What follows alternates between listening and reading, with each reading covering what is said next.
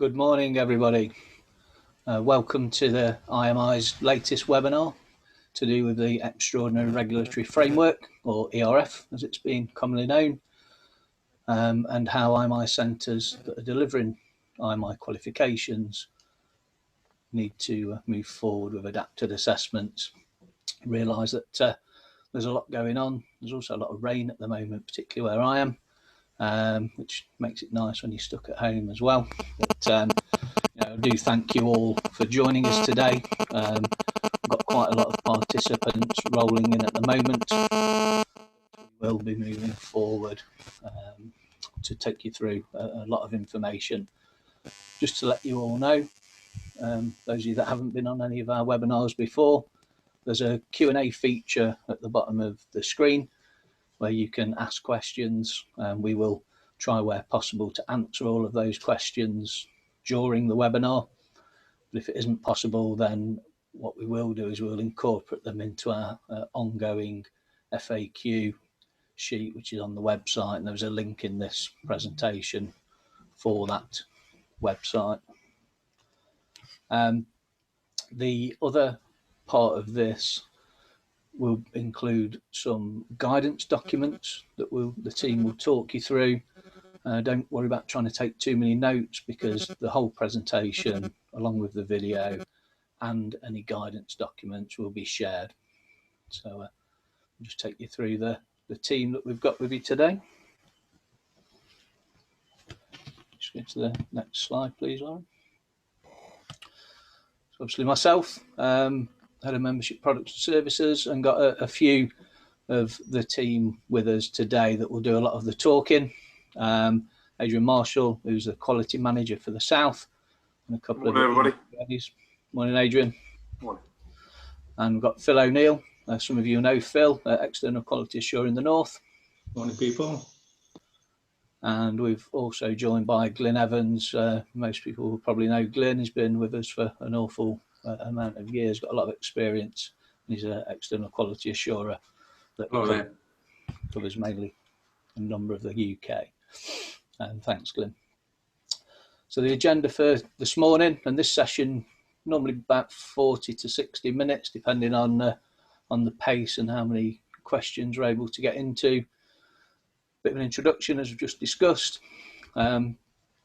Phil will take you through how to complete an ERF form, which will have been sent out to over 400 IMI centres in the last couple of weeks. Adrian will take us on to the submission process of that form.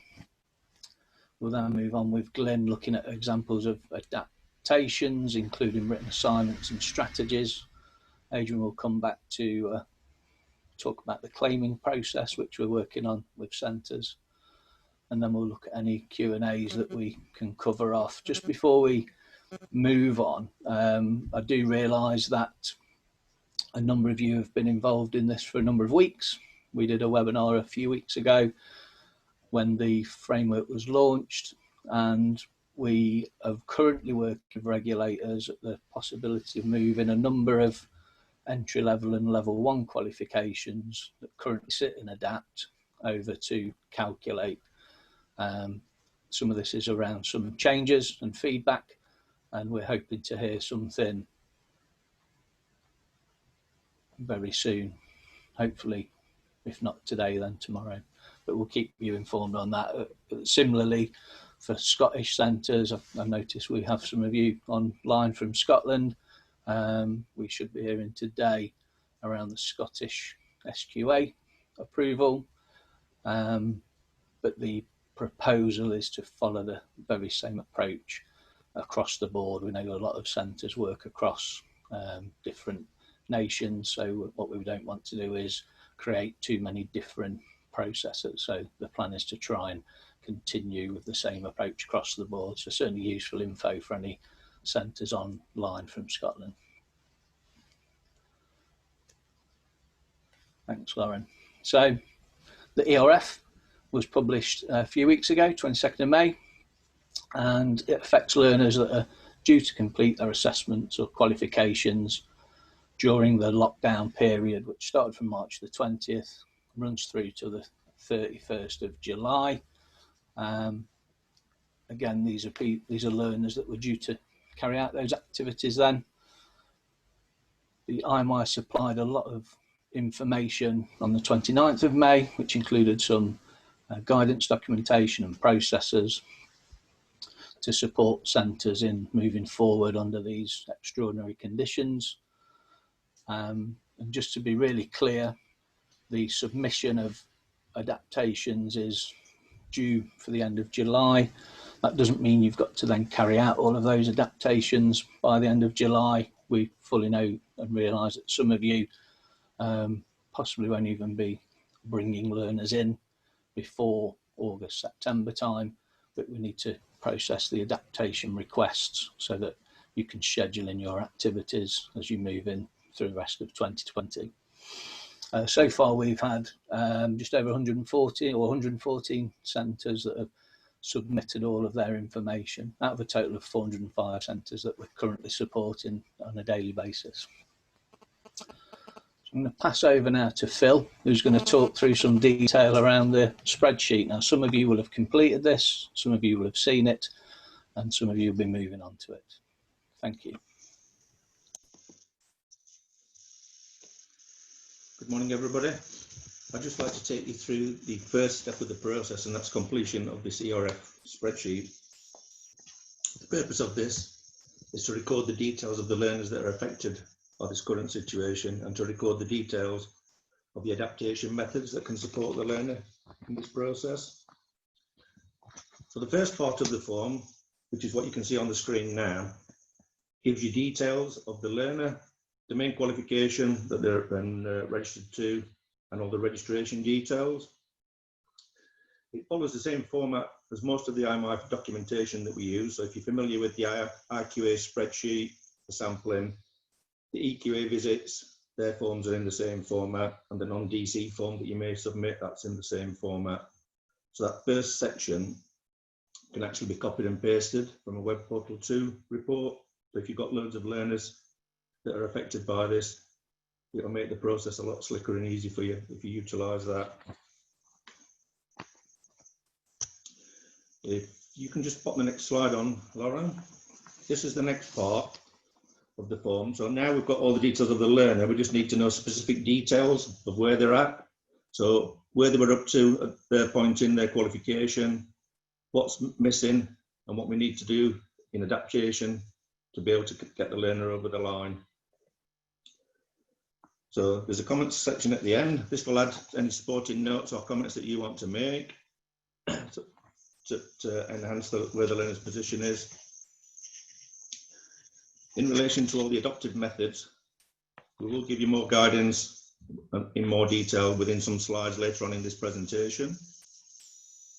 There's also a guidance document we've done for you as well. You also get details of how to get the Web Portal 2 report off.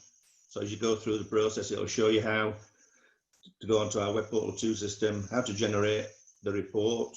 So on there, you've got how to get on, how to log on. You just scroll down a little bit, Lauren. Then it'll just show you all the details. Obviously, this could be affected by your learners that could be on a one-year program. So because it asks you to put a date in. So if they're on a one-year program, if you go back a year, if they're on a two-year program, obviously you need to go back 2 years. It will then generate the report for you. If you just then identify your learners that are affected by this process, you'll be able to copy and paste that data and populate that first part of that form. For the second part, we've also give you some guidance on that as well. So basically through each column, what you will see is the column heading. There'll be an example in there for you to how to fill it in and some guidance. This guidance as well, this will be available on the website and also as well available after this with the presentation, and also as well you can get it through your EQA. Thank you, Lauren. If you can just put the next slide up. Once you've completed all the details, the last part of the process, you just need to complete a declaration. You will find this along the bottom of the spreadsheet. There's a tab for declaration. If you just click on that, this is the screen that it shows. And if you just fill that document part in and then save it, Just on the subject of the tabs as well, you'll also find at the bottom of the spreadsheet, there's an NVQ tab and a VRQ tab. So there's a difference for the two different qualifications. But in relation to that, the document is exactly the same, but just where it talks on the VRQ tab, it'll talk about practical tasks, and where you're on for the NVQ one, it'll talk about work-based tasks that are missing for the learner. Again, if you're stuck on any of the process, please do contact us. And basically, once all this part is done, so the declaration is now being signed by yourselves, this is all complete and now ready for submission. So for the submission process, if I can pass you on to Ada, and he'll talk you through the next stage of submitting the form to the IMI. Thank you.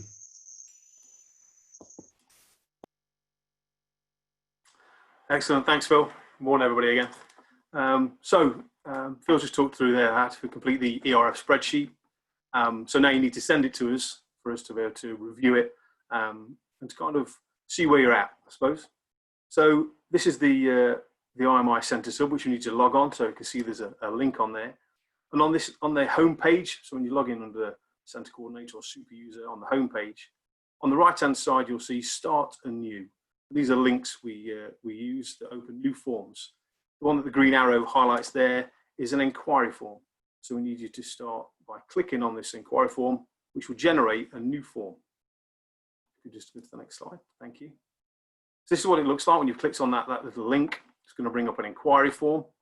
And if you look on the left-hand side, there's two sections to this inquiry form, but we only need you as the centres to complete the first section, which is inquiry details.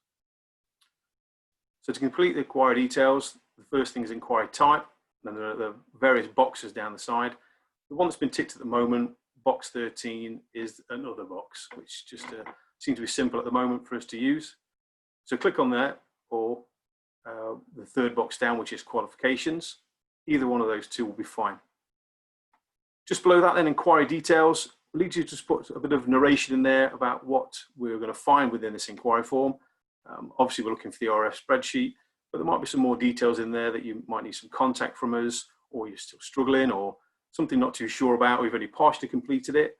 Some centres have submitted more than one ERF spreadsheet. So in that case, there could be two. So just below that, there's a place to attach the new document. If you look at the bottom there, again, that's a case of clicking on the attach new document link. It'll take you to a new window where you'll be able to search for your document. So this ERF spreadsheet, in this instance, I suppose, and attach it into this form. When that's attached, the next section down says contact details. And Phil O'Neill has started this by filling in. So we need the coordinator's name or the person that's applying for this ERF spreadsheet. If you can also add a contact phone number and an email, that's going to really help us, because then obviously we've got some details to be able to contact you straight away, just in case it's not the centre coordinator that's dealing with it in this instance, I suppose. Most importantly on here, sorry, just go back just one slide. Sorry. Most importantly is the Save Changes button, which is on the right-hand side. Really important that you need to save it. If you don't save it, the information you just put in will be lost. And we find that a few people have neglected perhaps to save changes.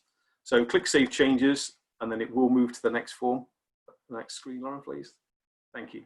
So then it drops to this, and you can see that inquiry details has now been completed. Your name should be shown there, the date and the time that you completed it.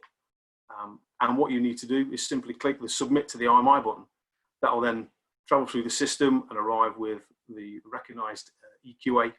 And within the IMI, we can then pull the form out, look at it, and obviously start to working on it. Okay. Now, before you go, I've put on there as well, inquiry form number, very important. So the FIMI 36895 are all individual numbers. We use these as reference point for us. So if you make a note of that number, you'll be able to contact us using that reference. We can highlight it, find it straight away.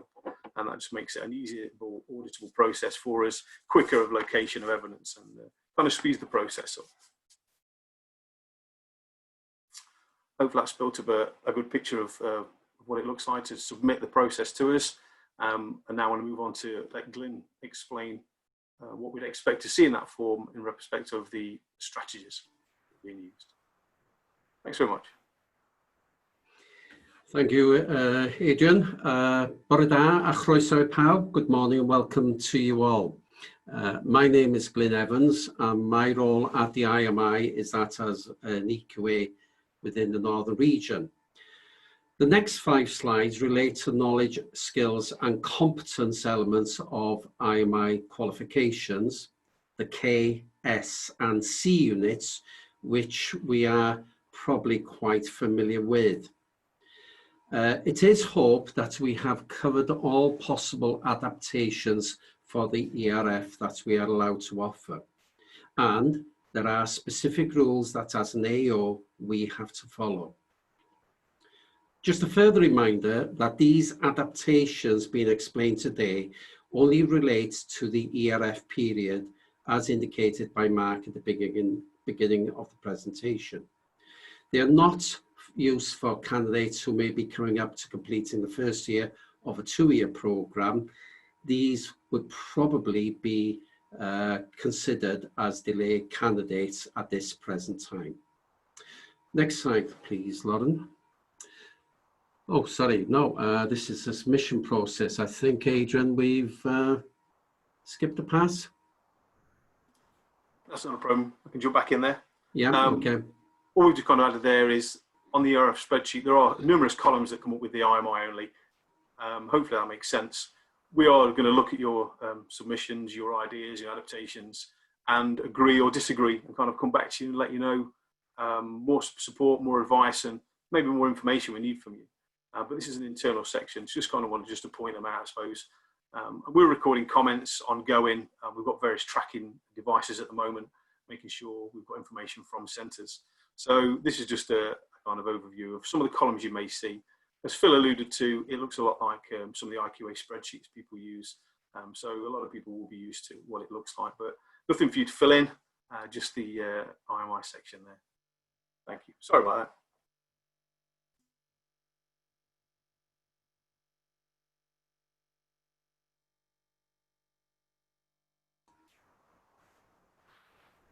Right, I'm back.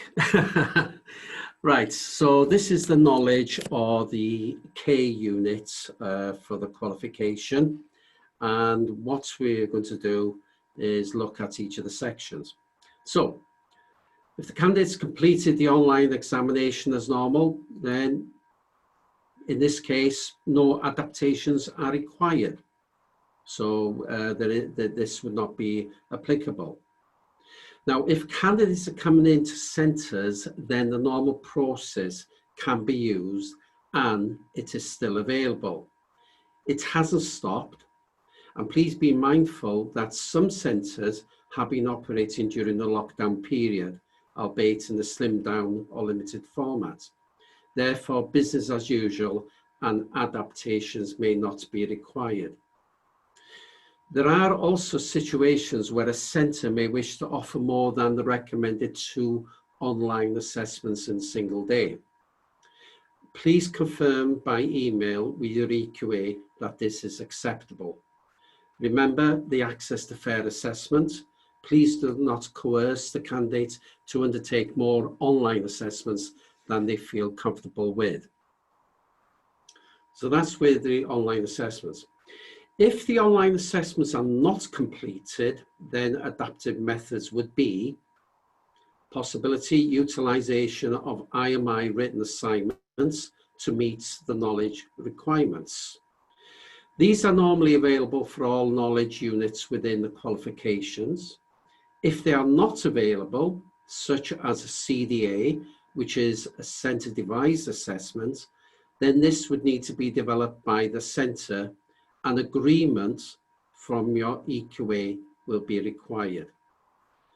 Sometimes an assignment or an assessment from another similar discipline could be utilised and modified, such as land-based qualifications and plant qualifications being similar to each other, and likewise vehicle body repair could have similarity with bus and coach cladding.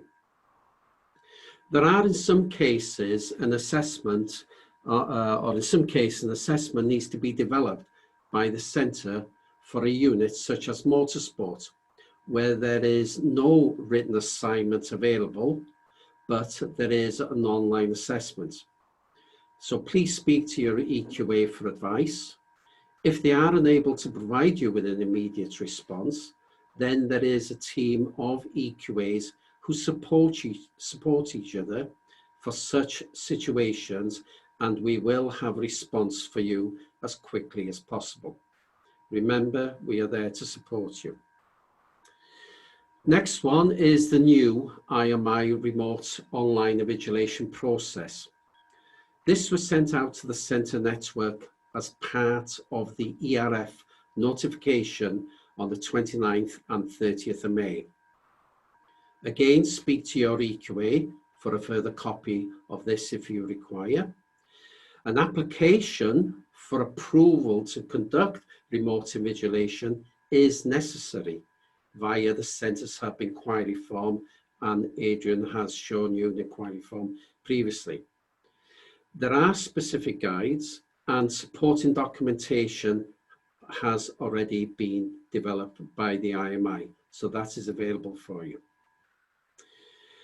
Utilising previous recognised prior learning. Now this may be utilising assignments or assessments from other qualifications or units the learner has completed. The centre will need to ensure that the learning outcomes of the previous learning meets the present learning requirement. And it will be your responsibility at the centre to prove this is the case. Next slide, please, Lauren. Now, this is a situation where written assignments or assessments are available from our awarding webpage. Not everyone utilises them, but here you can see if you log into imiawards.org.uk and log in with your PIN and password, if you then go down to the qualifications tab, select the knowledge, then scroll down to your specialism area, level 2, level 3, or level 4. Select your qualification and the level. And under the list of the documents on the right-hand side, which is in the blue, in the grey box on the right, you will see written assessments. You can select them, and the written assessments for that particular qualification will be there. We will, of course, provide a little system here to how to locate those assessments for those who are not familiar. So we will provide a guide on how to do that. Thank you. Next slide, please, Lauren. The skills or the S unit. VRQ skills, practical tasks. The examples of adaptations may be utilising the previously practiced skills and enhanced by a professional discussion. This is for level 2 and above. Please be aware of that. And please be aware of the difference between a professional discussion and a question and answer session. We have an excellent guide to conducting professional discussion within the apprenticeship standards documentation. If you are having difficulty in locating this guide, then please contact your EQA, who would be more than pleased to pass it on to you. However, please note that this guide is not going to be modified for the ERF or VRQ. It is just a guide that helps you to understand the difference between a PD and a Q&A session. Next adaptation, utilising VCQ, NVQ diverse evidence, this time with assessor Q&A to confirm that the evidence is correct. This is in addition to the normal observed evidence from the VCQ or NVQ being mapped to the relevant VRQ. It is using other pieces of evidence, for example, a job card, for instance, that will meet the VRQ assessment task evidence requirements, but may not have been observed by the assessor. Hence, the Q&A to support the evidence presented or selected for this adaptation. Remember, VRQ practical tasks must be observed by an assessor, but under this ERF, we will allow VCQ evidence with Q&A. Utilising VCQ MVQ observations. This is already part of the VRQ strategy and is viewed as good practice. However, some people may not be fully familiar with this aspect of work as they operate the VRQ and the VCQ as separate channels of assessment within the centre. So I do suggest any VRQ assessors speak to your VCQ NVQ assessor to look at potential evidence that may be utilised. Using a professional discussion in place of a practical demonstration.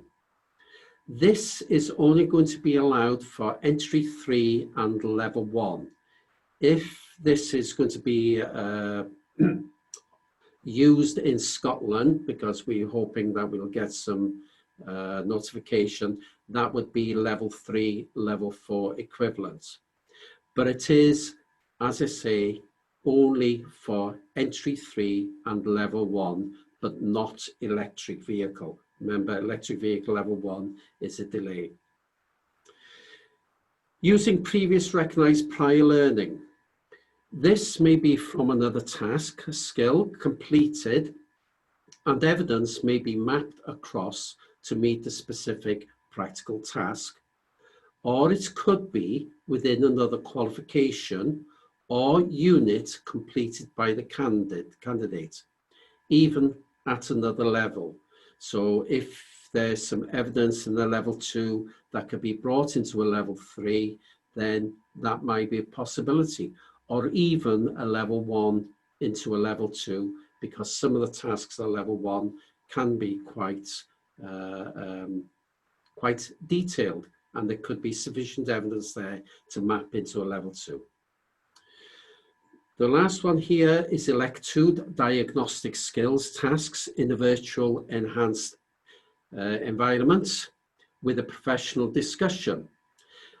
This is a recent development presented by a few centres and may be used as part of the task requirements. Note the PD aspect again. Remember that there may be other e-learning or assessment platforms available that could be utilised. So again, please speak to your nominated EQA to confirm suitability.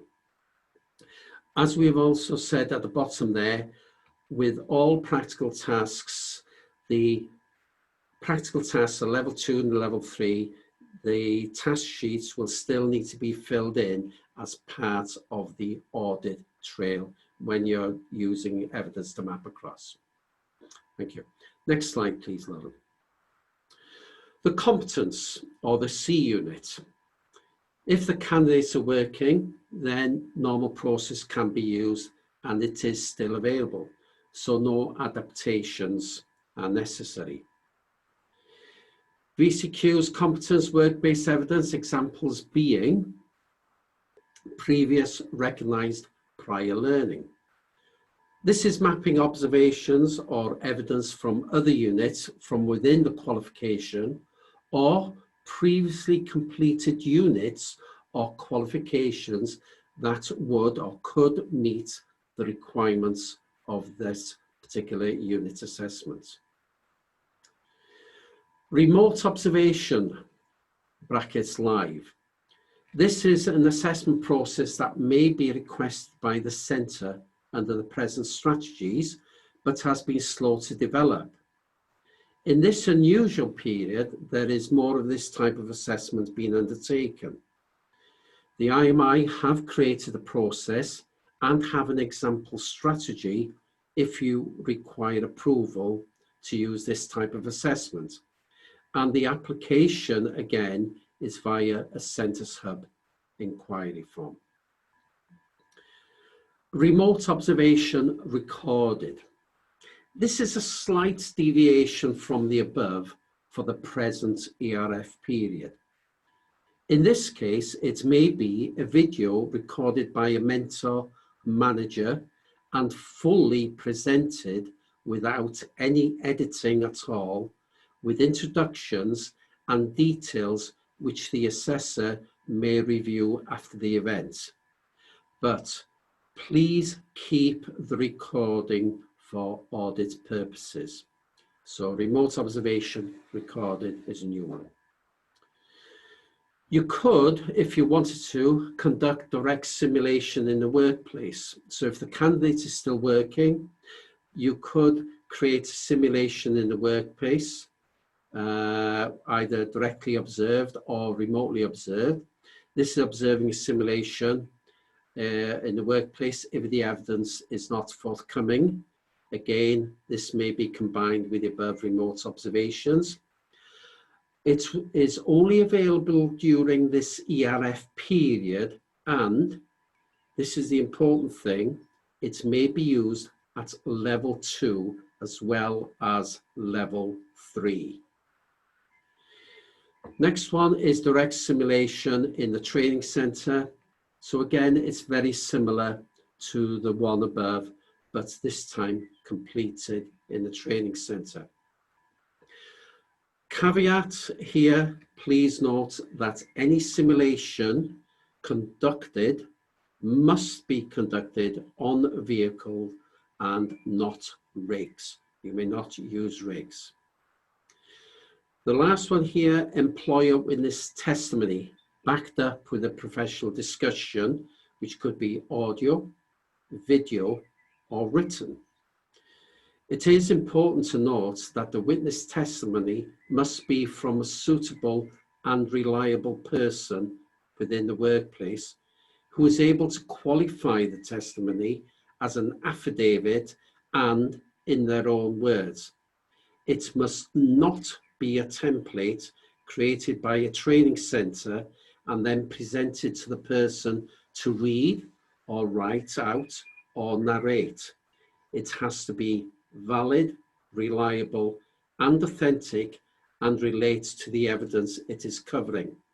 It is not a blanket statement. Okay, next slide, please, Lauren.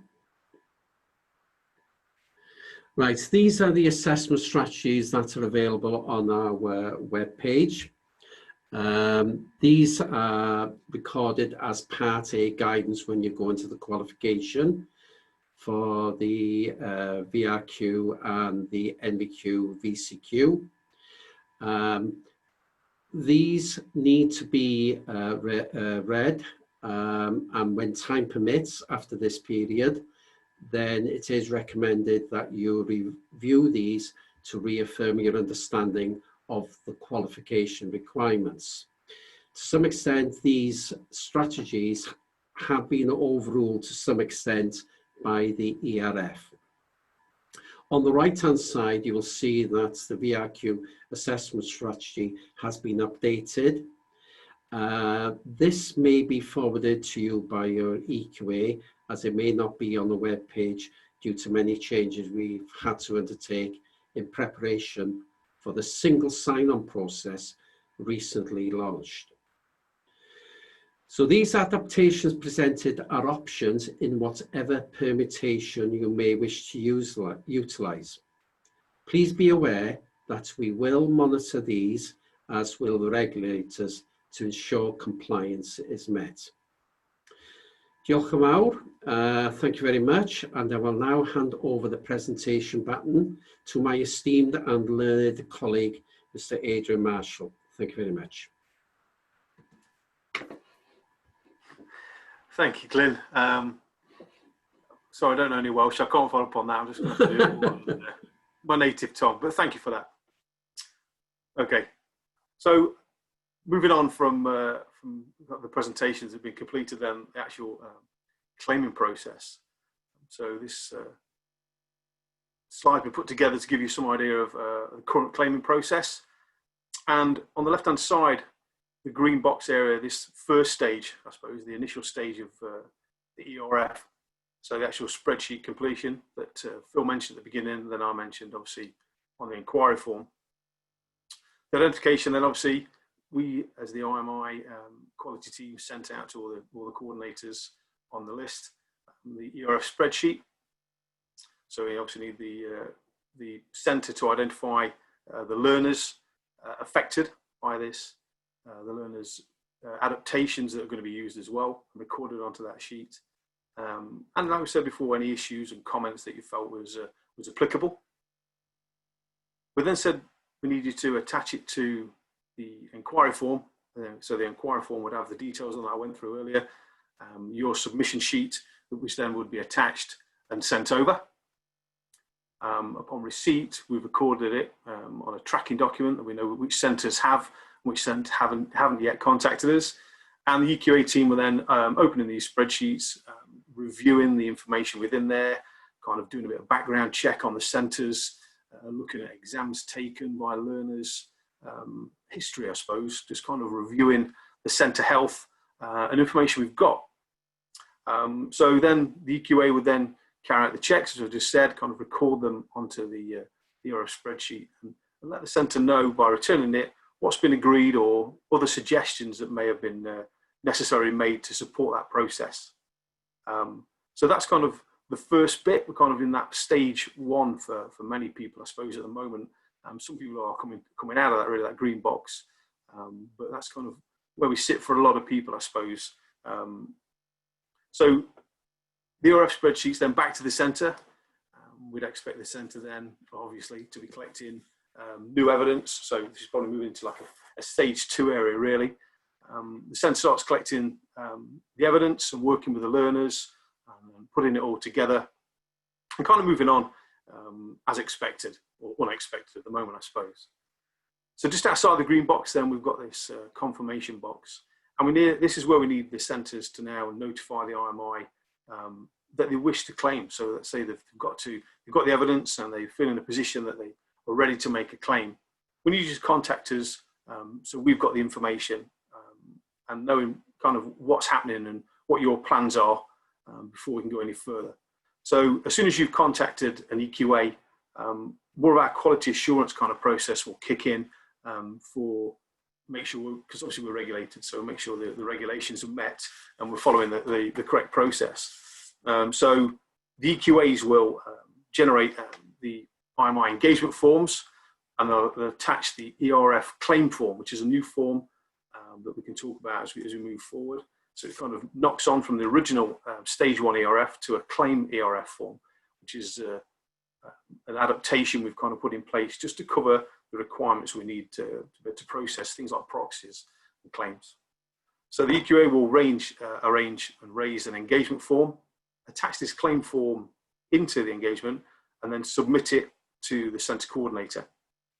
We'll expect the centre coordinator then to obviously open the form, download this ERF stage 2 claim spreadsheet, and complete some of the sections within that. So we've had some additional columns. So as Phil mentioned right at the beginning, columns A to S are the details from Web Portal 2 and the details of your adaptations. We've added another further 4 columns that we'll show on the next slide, but I don't want to jump forward yet, of the new details. So really any deviations you've made. So you may have suggested you're going to use one method and found you needed to use an additional one. So this is kind of recording deviations and whether it's going to be a full unit claim or a part unit. And if you've had to delay. So we've got some more information that's kind of come through. So EQA sent it to you, you've got it, you've downloaded it, you can then fill in the details for these next columns that we need doing. And then we request that you can upload this into the document section, because obviously for GDPR and kind of protection, we're kind of keeping it all within the IMI systems. But once you've removed it, you can send the engagement form back to the external quality assurer, as you would normally do on a normal engagement visit. So we're kind of completing a process. The EQA then will access this new stage 2 ERF claim form, and they will look over the learners that's on there and plan their sample activity that's going to be conducted on what we've seen. So we're going to look through the list. We're going to kind of highlight the ones we want to perhaps investigate further, maybe a request for more details, maybe IQA records, registration documentation, any type of tracking, that type of information will be looked at. And that will kind of identify the sample. The EQO then will work with the centre to be able to look over this evidence, to confirm your expectations and obviously our expectations as well, to make sure that what you've supplied meets the requirements and kind of is in line with what was suggested for this new ERF strategy. So let's say that's all working really well. We're happy with that. Everything's kind of been signed off. We're going to move to the next box really, which is box 6. So with this detail we've got as the IMI, we're going to contact our CAS team, so our support team within there, and they're going to apply the proxies for us.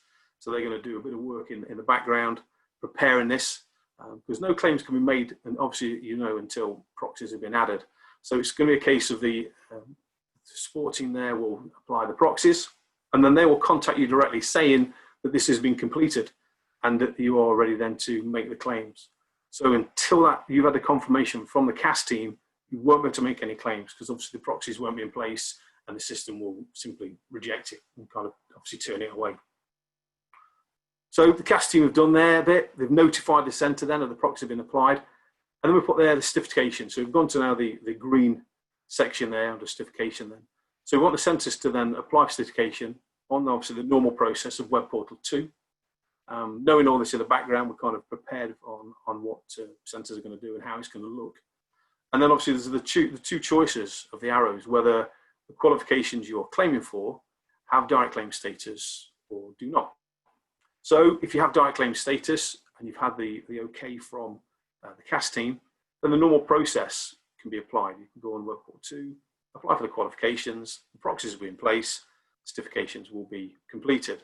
And we've put a note on there that only ECIT will be available at this time. We're expecting obviously quite a bit of influx, and we've not all been back to Fanshawe's yet. So we're working, as Mark said, from home. So that's part of the direct claim. For non-direct claim status, this is a slight change to the way that people may be used to it. And the details we now have internally from the work the EQA has done with the centre, collecting the ERF spreadsheet, we'll be able to let our ASA team know, so the services team, that they can release the non-DCS. So when you've claimed prior to this, normally you would need a non-DCS form that then would be okay by the EQA. We've already got that detail. We've already carried out the sample. We've already completed that part. So we'll be able to release the non-DCS directly from the system we have. So that's going to kind of speed up the process somewhat. Hope that makes sense. Can we just jump on to the next slide? Thank you, Lauren. So this is the columns, additional columns I mentioned that have been added from ERF1 to ERF2. I'm sure we'll all get used to as we move along. And this is columns T to W, and that would be on the VRQ, whereas on the VCQ, it'll be U to X. So just some different terminology between the two qualifications, as Glyn mentioned earlier, whether it's work-based or practical skills. So these 4 columns were, like I say, the add-on and the knock-on, and we're looking to see if there's any deviations been made, which is possible and allowed. And we've took the liberty of just filling in a few there just to give you an idea of what we're expecting. These are free text boxes, so you can write in the box detail in there for us. I chose to highlight just red there just to kind of point one out. But we just kind of wanted to fill in there. So first row there, deviations then on any practical tasks. And I've recorded one there that's not available. This learner's and has been furloughed. So you can follow that line across and see that, in fact, that person has been delayed. Whereas the next one down, they've used a PD with a job card instead of an AO6 single task sheet. The next column along them is about the knowledge adaptations as well. So we're going to put some information in there, clearly marking down what units this is referring to as well. So I've put there on the final bottom there, a written workbook completed 100%, LVO 1K and LVO 2K. The third column then, a full claim or a unit claim. We're envisaging both of these are going to come through, I imagine, for people, but we want you to put down the information of all the units that's applicable for that part claim or that unit claim. And what I've done there is I've put the units in brackets where they make the complete set. So this is a bit of a hybrid one, and it's got the C and the K's there. If it had been the VRQ, then obviously we'd expect the S and the K. But I've put in brackets just to highlight that a set has been completed and not just an individual unit or part or subsection of it, whereas the LVO4K is just that. So with this information, we can then either, if we need to contact the centre for more details, we can, or we'll be able to look at this and get ready to process or put in place any type of proxies. So they're the kind of the new sections we're looking at, just to kind of differentiate between the sheet 1 and sheet 2, just to kind of help us with this claiming process. That all makes sense. Get to the next slide, please, Lauren. So I've kind of touched on some of the certification section already from the flowchart that was kind of shown or process. And it's important that obviously we follow this certain process. We can't jump ahead of anything because obviously it's not going to work. So as I put on there, the EQ will notify the CAS team to make sure the proxies are in place. And that's obviously something we'll be working to make sure it's happening. Now, obviously these things are going to take time. We've got a lot of centres and a lot of learners and a lot of information that's going to be coming through.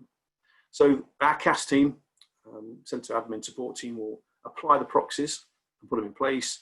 There may be a few questions that the CAS team have with us, and we'll need to confirm that with the units that have been chosen.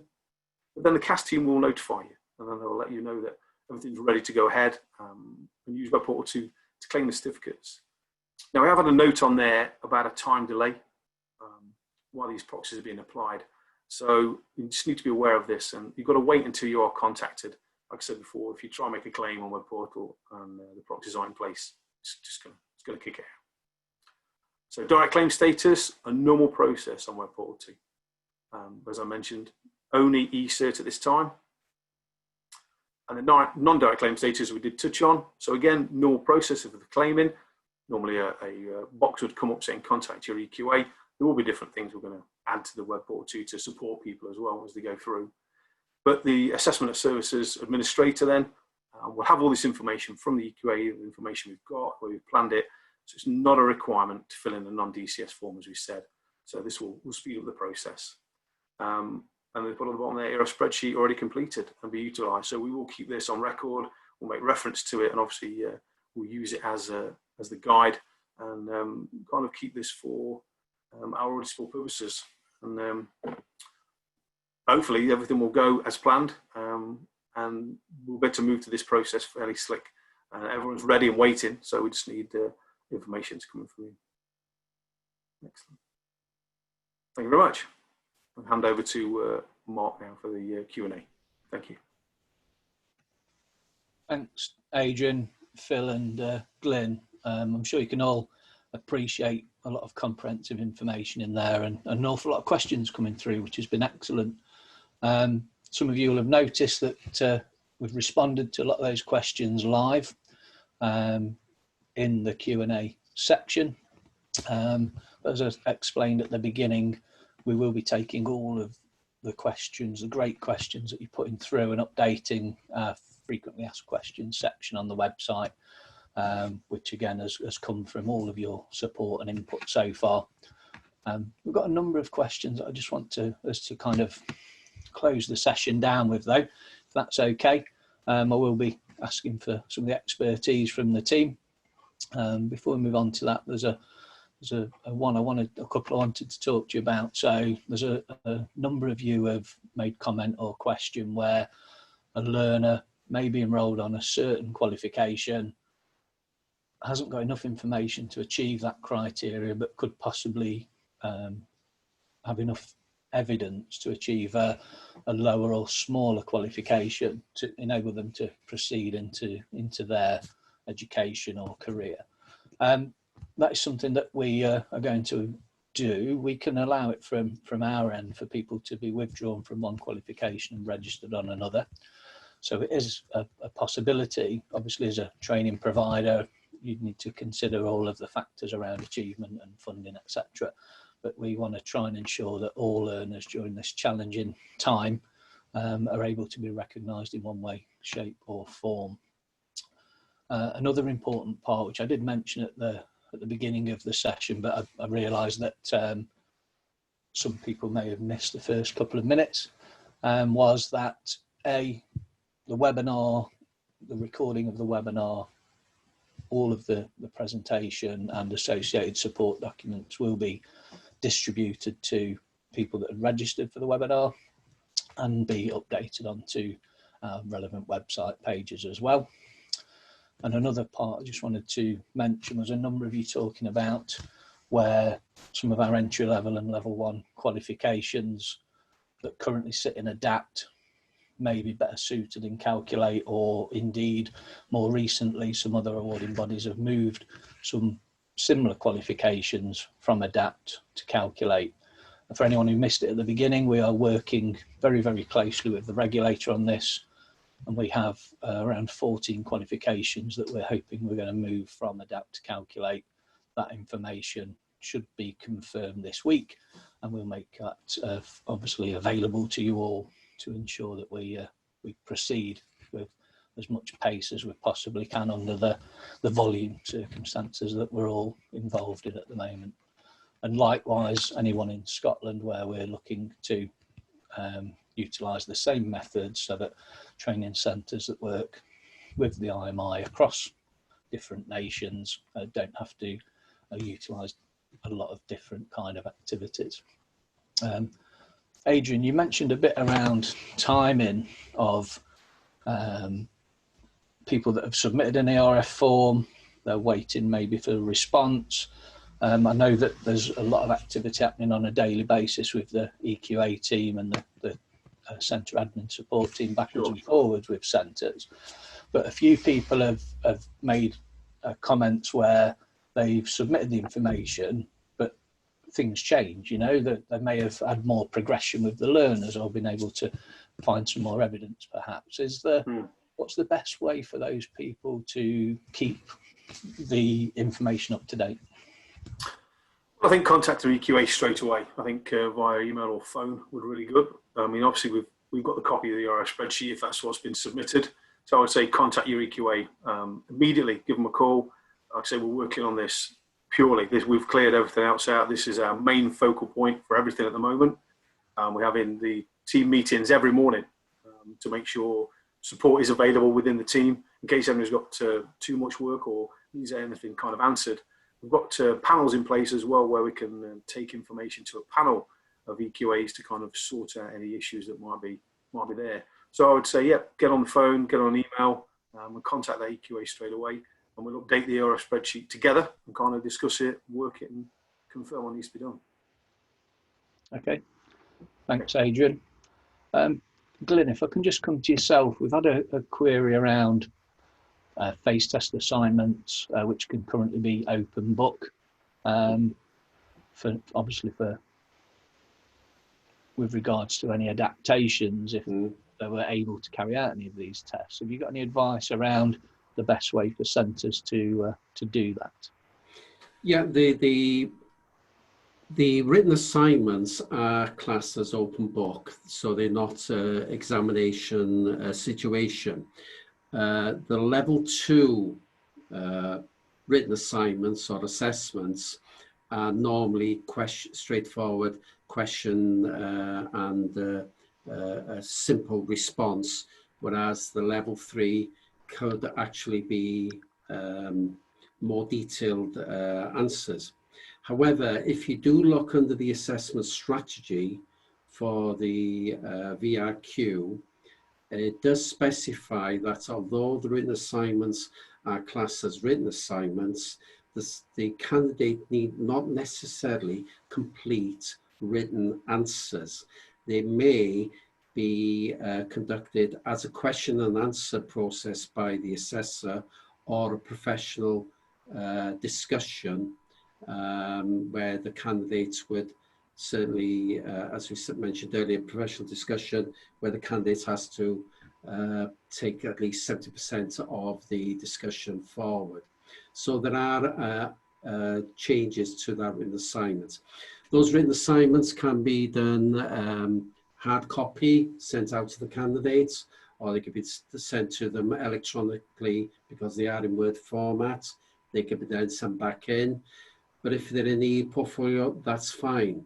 And in a situation within the portfolio where a candidate may have had a bulk pass for a level 2 written assignment, then that bulk pass or for that written assignment can be overturned by the assessor going in, selecting that particular written assignment and referring it back to the candidate with the comment, please complete this written assignment, submit it. It will go out of the candidate's portfolio, go into his inbox or her inbox to complete, and then submit it in the right normal process and be marked. So there are different ways. If there are any centres that wish to discuss that, then certainly please, send me an email. I'm quite willing to respond to them, or perhaps even telephone them if I have an opportunity to do so. Yeah. Thank you, Glyn. Thank you, Glyn. We've had a few people ask about remote invigilation. Phil, I wonder if you could just run through, I know that you're heavily involved in the process for that. I wonder if you can just give an overview as to what that will look and feel like for learners and for the training centres, please. As for the remote invigilation, we've put some guidance together in the respect we've put some PowerPoints together by utilising Teams to cover this situation, and also by utilising Zoom as well. This is where the candidate can take the exam from home, and it can be observed and remotely invigilated using this kind of platform. Again, it would need to cover the full invigilation aspects of it. So again, the full guidance, you need to look at the full guidance and also our practice sessions prior to utilising this method. Thank you, Phil. and just to confirm, somebody said, could the learner be at home? And definitely the purpose of utilising technology is that the learner could be wherever it is they're safe to be, as the person carrying out the invigilation may also be at home. Yes, yeah, that's right. That's great, thank you. Yeah. Quite a lot of questions through text and also a number of questions and just as well. I think there's one other key part here, which again I did mention right at the beginning, and that is we fully understand and appreciate that not just the learners, but indeed maybe some of you on the call have been impacted by furlough, for example, and their organisations being closed. As Adrian mentioned, Fanshawe's has been closed since March as well. We're going through the process of looking to slowly reopen some parts of that from July to enable certification, for example. But with that in mind, I'm also very aware that there'll be some challenges around trying to get adaptations completed. Now, as I mentioned at the beginning, we need to get the adaptations agreed by the submitted by yourselves by the end of July. We will then get them agreed. But if you're in a position where it could be September, October, or even January or beyond before that learner is in a position to undertake those adapted assessments, then that is acceptable. We understand that. With regards to new learners coming on board next year, I have a meeting with Ofqual tomorrow, and one of the things I'll be discussing is, kind of what do we do if this situation continues? I mean, nobody truly knows or understands how long this is going to go on for. I know on the EPA, apprenticeship standard EPA side, IFATE are very keen to try and carry over any efficiencies or use of technology practices into the future. So I'm hopeful that the regulators will also look to accommodate anything we've found to provide value and support learners' achievement into the foreseeable future. Currently, as it stands, this ERF is for the learners that were due to achieve by the end of July, as we've discussed. But let's hope that there's sense there longer term, should this situation carry on quite deep into the next academic year, which I know all of us want to try and get back to some level of new normality. But things are always changing at the moment. So I really, really appreciate all of you taking some time this morning to join us. Thank you very much. The next slide, Lauren, will just show some links to useful information if you've not already seen it. The top one is the frequently asked question link. As I mentioned earlier, a lot of these have come from the good work that you're doing with the IMI teams already, and we continue to do that. We're doing remote engagements on a constant basis with you all, and we'll continue to do that as well. There's some information obviously from the government and other parts there as well. And I want you to all go away and have a great day. Thanks to the team that have put the webinar on and provided the information.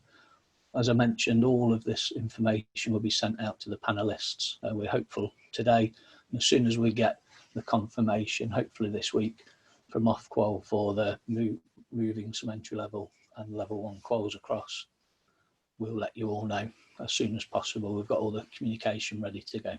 But thank you all again, and please take care.